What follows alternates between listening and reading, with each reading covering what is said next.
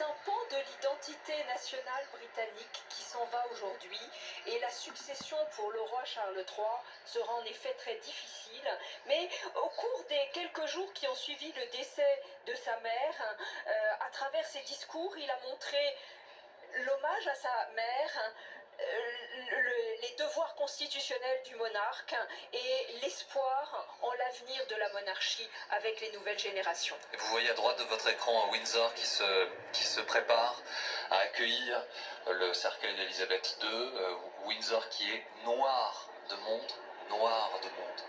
Il y a une foule extraordinaire venue saluer Elisabeth II. J'imagine que dans les jours, les mois, même les années qui viennent, Windsor deviendra à son tour un lieu de recueillement pour les personnes qui voudront saluer la mémoire de la reine Elisabeth II, qui reposera donc dans cette chapelle juste à côté du château. Et en parlant d'émotion, il y a quelque chose qui me frappe, je ne sais pas si vos micros à BFM TV sont assez puissants pour entendre des cloches qui sonnent en ce moment à Westminster. Et c'est une façon aussi de montrer nos émotions. Moi, je suis petit à l'école, j'allais sonner les cloches dans l'église, quelque chose qu'on ne fait pas, je crois, en France. Tous les dimanches matins, la BBC passe pendant 10 minutes, très tôt le matin, il faut vraiment se lever tôt, mais passe les églises qu'on sonne. Donc on était là avec les cordes, on tirait dessus pour sonner les églises. C'est une autre façon de montrer les émotions. Et là, depuis une demi-heure, chose qu'on entend rarement à Londres, il y a toutes les cloches qui sonnent. Et si vous entendez à nouveau de l'activité, beaucoup de bruit et des sifflets notamment, c'est parce qu'au pied de l'endroit où nous nous trouvons, au pied de cet immeuble, passe maintenant depuis un quart d'heure l'ensemble des convois qui transportent les chefs d'État de gouvernement, les têtes couronnées qui sont en train de quitter Londres pour certains. D'autres vont se rendre à Windsor, mais la plupart vont se rendre soit dans leur pays respectif, soit à New York pour l'Assemblée Générale des Nations Unies. Vous voyez ce plan aérien du château de Windsor, ces images à droite et à gauche, donc de la demeure royale qui sera la dernière demeure de la reine Elisabeth II. Et la chapelle Saint-Georges, à droite, qui est un magnifique exemple d'architecture gothique et qui est en même temps la chapelle dédiée à l'ordre de la Jarretière. L'ordre de la Jarretière...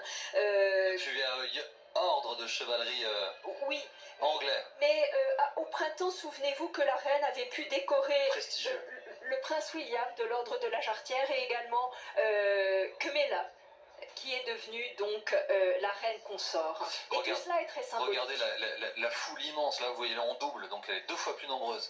La foule immense qui se masse le long des routes pour saluer Elisabeth II. À Buckingham, on va retrouver Clémence Dibou qui est toujours sur place. Clémence, vous nous avez décrit tout à l'heure, je trouve, avec beaucoup de justesse, l'émotion au bord du château, aux abords de ce palais. Et je disais en plateau, avec ce sentiment très étrange, Clémence, et cette certitude désormais, Elisabeth II n'y mettra plus jamais les pieds. Oui, et vous savez, Jean-Baptiste, à quel point les détails sont importants dans ces processions. En voilà un détail. Tout à l'heure, les grilles du palais de Buckingham étaient ouvertes pour le passage du cercueil de la reine Elisabeth. Ces grilles, elles se sont refermées désormais à jamais sur le règne d'Elisabeth II, qui ne reviendra évidemment plus à Buckingham Palace. Et c'est son dernier passage devant Buckingham Palace. Vous le voyez, il y a beaucoup moins de monde autour de nous. Alors, il y a encore des gens qui sont un peu sonnés, comme Mary, qui est avec sa sœur, qui est partie se mettre un peu plus loin pour envoyer les photos qu'elle a prises du défilé. Mary, vous étiez là pendant le jubilé et vous êtes revenu pour ses funérailles. Oui, tout à fait à la fin du jubilé, lorsque la reine est venue au balcon, on s'est tenu debout et on a chanté God Save the Queen pour la dernière fois.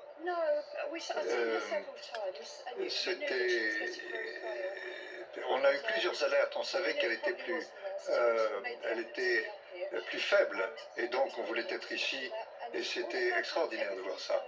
Et c'était merveilleux parce qu'avec toute cette activité, quand on regardait la famille, qu'en est-il de l'atmosphère aujourd'hui? L'atmosphère était excellente aujourd'hui, pleine de respect pendant le service.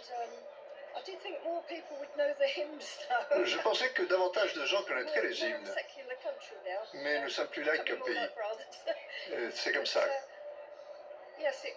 En tout cas, c'était très bien, et je sais que la reine voulait une cérémonie très sobre, pas trop de pompe.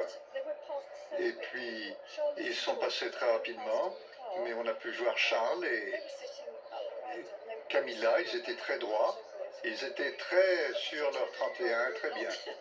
Donc je pense qu'on a bien apprécié. Merci Marie. Et alors, vous le voyez ici, il y a Marie qui nous explique qu'elle a besoin d'un peu de temps pour retourner chez elle à Brighton, qu'il faut qu'un peu que ça redescende. Et puis je pourrais citer Becky qui vient de partir tout à l'heure, qui était à côté d'elle, qui a dit « Je suis émotionnellement complètement vidée, fatiguée par cette procession aujourd'hui ». C'est un peu le sentiment qu'on a eu avec les personnes avec qui on était aujourd'hui. Merci beaucoup Clémence. Clémence Dibou, Philippine David, alors c'est pas le cœur de notre métier de vous raconter des choses comme ça, mais je voudrais quand même vous le dire, nous, hier, nous avons vécu ici, Thierry, la minute de silence, hier soir. Nous nous promenons depuis 10 jours maintenant, pour certains d'entre nous, 12 jours dans les rues de Londres. Hier soir, c'était un moment très fort. De voir la communion, alors il se trouve que c'est à l'endroit où nous étions, donc dans un restaurant, les gens se sont levés, le silence s'est fait, quelques minutes auparavant d'ailleurs, hein, on entendait des chut, chut, chut, chut, chut, chut. Il y avait quelque chose de très fort à vivre.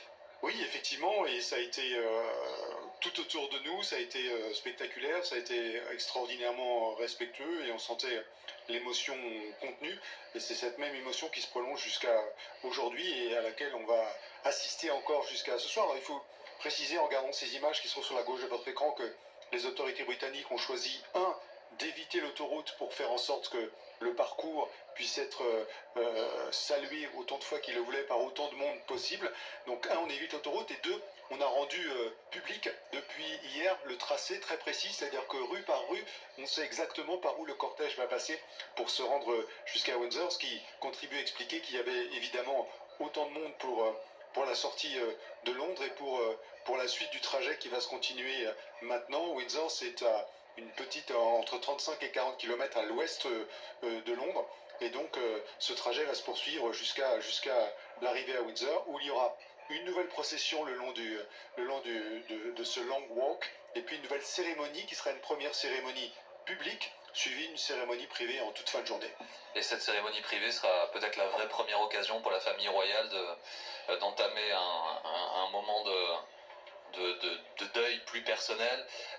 Cédric Fesch est toujours dans les rues de Londres. Tout à l'heure, Cédric, vous nous avez offert ce témoignage de ce couple extrêmement touchant. Alors, on n'a pas Cédric Fesch, me dit-on. Pardon, je pensais qu'il était en direct avec nous, on va y revenir, mais l'émotion colossale qu'on a ressentie dans les témoignages recueillis par Cédric de ces Britanniques qui sont là, venus extrêmement nombreux assister à ce tout dernier voyage d'Elisabeth II. Cédric, êtes-vous en direct avec nous? Oui.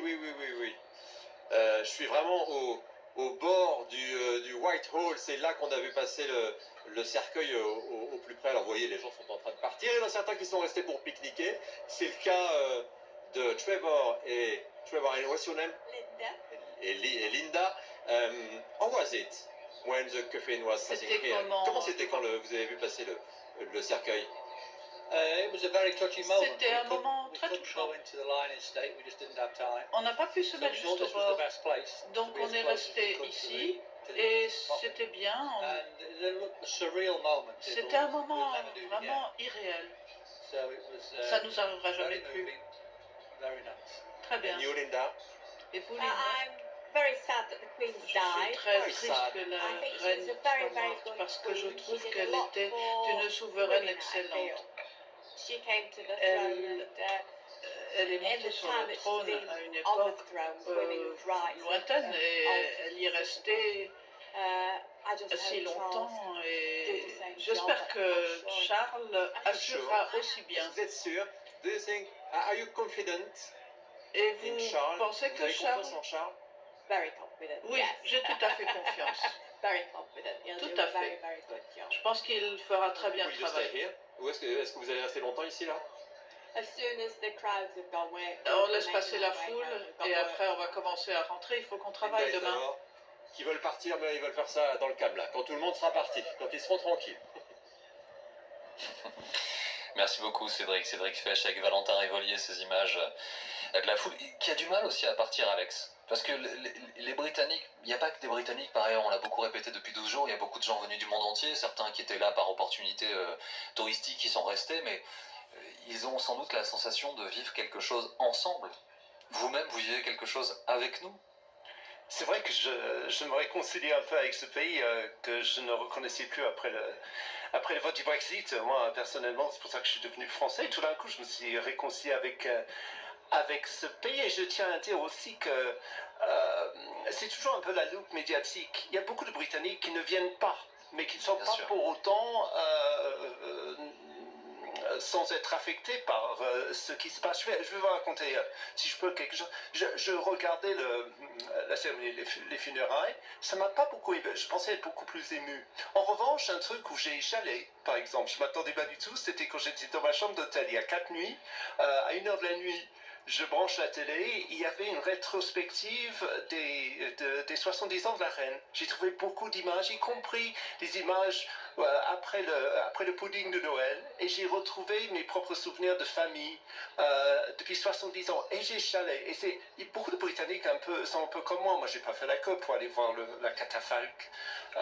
J'ai pas le temps, de toute façon, parce qu'il y a tellement de directs ici avec vous. Vous êtes trop travaillé. Merci de m'avoir fourni une excuse, en fait, de ne pas avoir fait mon devoir de citoyen britannique.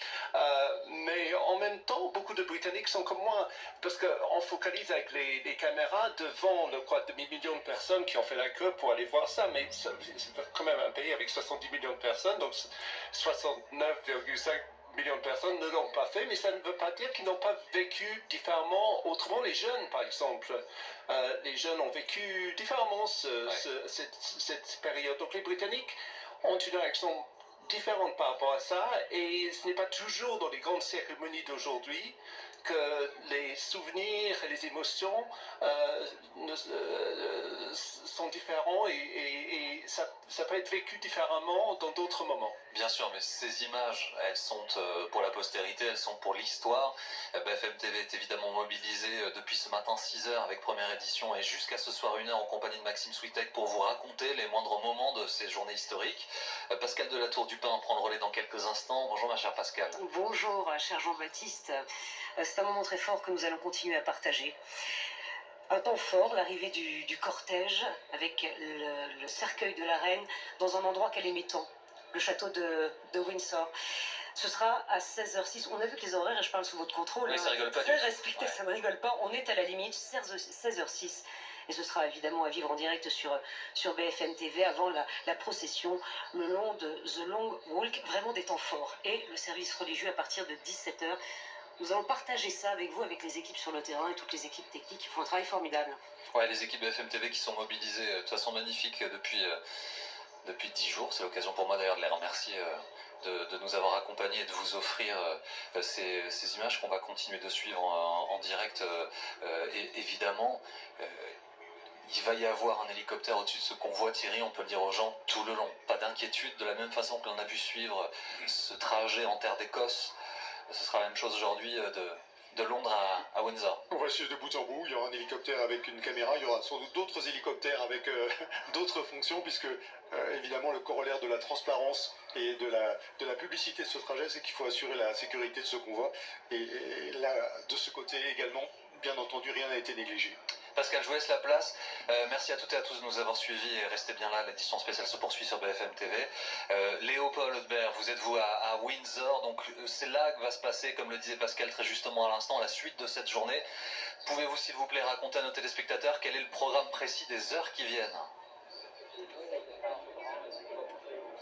C'est bien avec nous parce que ça va être un moment, clairement je pense qu'on peut le dire, déchirant qu'on va vivre dans quelques minutes maintenant. On était il y a quelques minutes du côté de Longway, cette énorme avenue qui fait 4 km de long.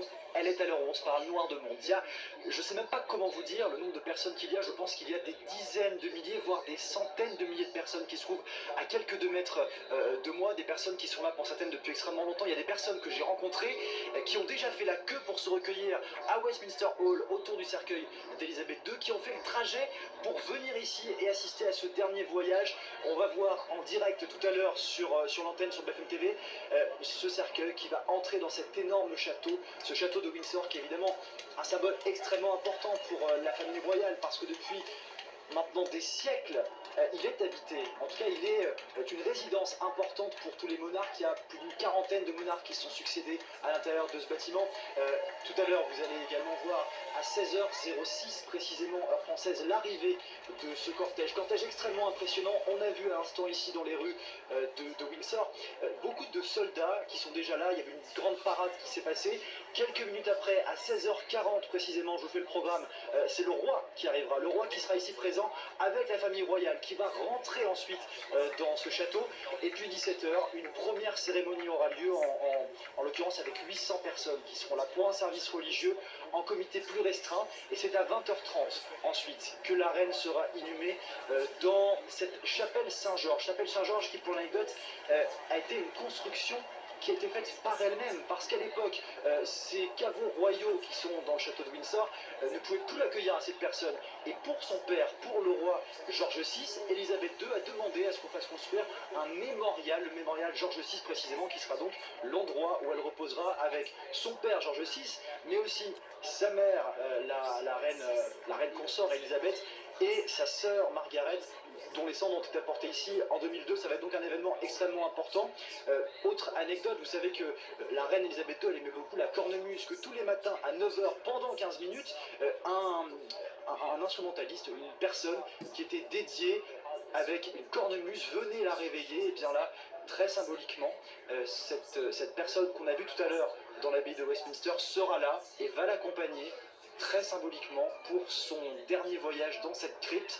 Et on nous explique qu'il va ensuite s'éloigner très doucement pour que la musique, progressivement, s'en aille de manière, on va dire, très poétique. Et on suivra cette émotion extrêmement forte. Pascal, ça va être un moment extrêmement fort qu'on va vivre tout à l'heure sur BFM TV. Et nous allons partager évidemment avec vous qui nous regardez, édition spéciale qui continue donc jusqu'à 1h du matin. Toutes les équipes sont mobilisées, toujours avec Patrick Sauce sur ce plateau. Tom Break, merci de nous avoir rejoints. Vous êtes ancien député, ancien ministre dans le gouvernement de coalition de 2012 à 2015. Alex Taylor et Marion Lourd, qui est journaliste à France Inter, autrice de My Diary, journal intime de la reine. Voici toujours ces images en direct et ce cortège qui est parti de Wellington Arch. Il était 14h37, vous l'avez vécu sur BFM TV, c'est très précis, je le disais tout à l'heure, avec Jean-Baptiste Boursier, arrivé prévu à 16h06. Ce n'est pas l'autoroute. Ce n'est pas l'autoroute qui a été choisie. La reine avait décidé de prendre des chemins parallèles pour permettre aux Britanniques de l'apercevoir et de se recueillir une dernière fois. C'est pour cette raison que le cortège mettra tant de temps à arriver au château de Windsor, 37 km seulement, mais là, il n'arrivera pas avant 16h06. Évidemment, nous allons vivre tout ça avec vous. L'autre temps fort, c'est cette procession le long de The Long Walk, 50 minutes de procession, je l'ai calculé, je parle sous votre contrôle. J'espère que je ne commets pas d'erreur avant le service religieux à la chapelle Saint-Georges de Windsor. Le corbillard, donc, vous le voyez toujours évoluer. Il est parti depuis maintenant une vingtaine de minutes. C'est un temps fort. Je vais commencer par vous, Patrick Sauce. C'est vrai que ce temps fort, ce moment d'histoire que nous partageons ensemble, ces obsèques font l'objet quand même d'une fierté nationale. Il y a un savoir-faire britannique qui est incroyable sur l'organisation et le déroulement des événements.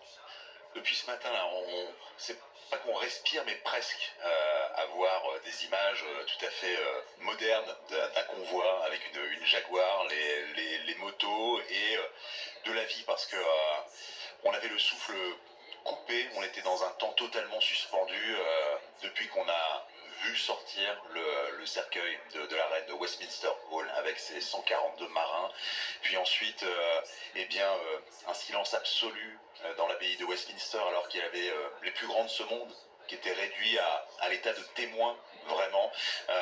Le sermon de l'archevêque de Canterbury, qui avait commencé avec un peu d'audace, il faut le dire, à évoquer le fait que les dirigeants, ou la plupart des dirigeants sur cette planète, s'exaltent, je reprends ces termes, mais finissent par être oubliés. Et puis, vraiment, on l'entendait d'ici, Pascal, vraiment, alors qu'on est à 300 mètres de Whitehall, on entendait la musique extrêmement lourde, extrêmement lente. Ça a été quelque chose d'absolument fou. cette procession.